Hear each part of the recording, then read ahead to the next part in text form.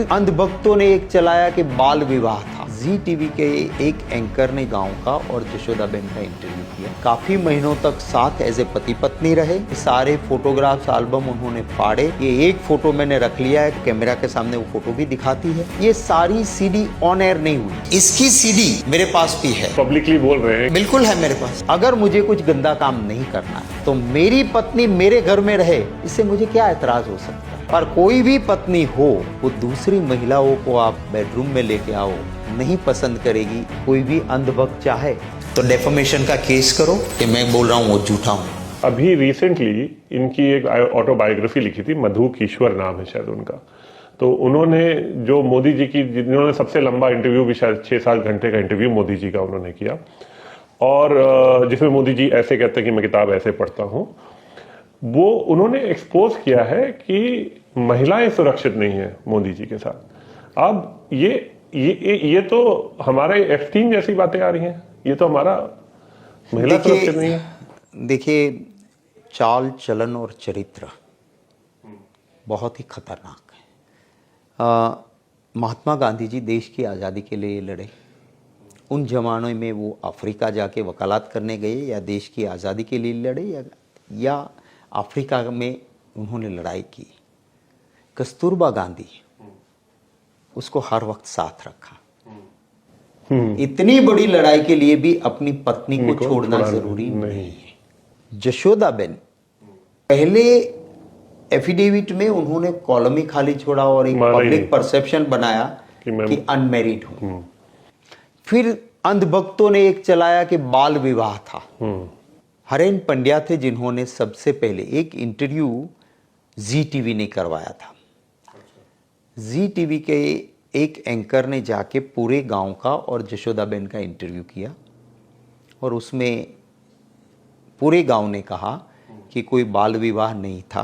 अच्छा। दोनों की उम्र बड़ी थी। तो ये फेक है कि ये बाल विवाह फेक है। ये तो आज भी नैरेटिव, मुझे भी नहीं पता। हाँ, तो ये एडल्ट थे।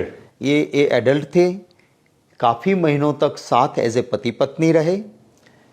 जशोदाबेन का भी जी टीवी ने इंटरव्यू किया। उसमें वो कहती है कि हम दोनों की उम्र मैच्योर थी, शादी हुई, कुछ महीनों तक साथ रहे। फिर बोले सारे फोटोग्राफ्स एल्बम उन्होंने फाड़े। ये एक फोटो मैंने रख लिया है करके वो कैमरा के सामने वो फोटो भी दिखाती है। और गांव के सारे बुजुर्ग लोग कहते हैं कि हमें याद है कि ये बारात आई थी, इनकी शादी हुई थी। जशोदाबेन के ब्रदर कहते हैं कि हमारे ऊपर बहुत सारा प्रेशर डाला जाता है कि इस शादी के लिए आप डिवोर्स ले लो, पर मेरी बहन नहीं लेगी। ये सारी सीडी ऑन एयर नहीं हुई। अच्छा। वो मैनेज हो गया और जी टीवी को कहा कि इसको नहीं, पर ये हुआ था। पर ये इसकी सीडी हरेन पंड्या के पास थी, जिसका मर्डर हो गया। हरेन पंड्या ने वो सीडी दी, मेरे पास भी है। आपको चाहिए? मेरे पास भी है। पब्लिकली बोल रहे हैं कि बिल्कुल है मेरे पास, कि ये, और बहुत लोगों के पास है, मेरे पास भी है। तो वो उस सीडी में जशोदाबेन खुद भी कहती है, गांव के सारे बुजुर्ग अलग अलग कास्ट के लोग कहते हैं, दोनों मेजर एज के थे, बाल विवाह नहीं था, काफी महीने साथ रहे, उसके बाद छोड़ा। अच्छा, मैं कहता हूं कि जब आप एफिडेविट में लिखते हो कि मेरी पत्नी है, आप अग्नि की साक्षी पे शपथ लेके आपने शादी की है, जो बचपना वाली शादी नहीं थी, और जहां आपने कहा कि 7 जन्म तक तुम्हारी हर चिंता मेरी चिंता रहेगी।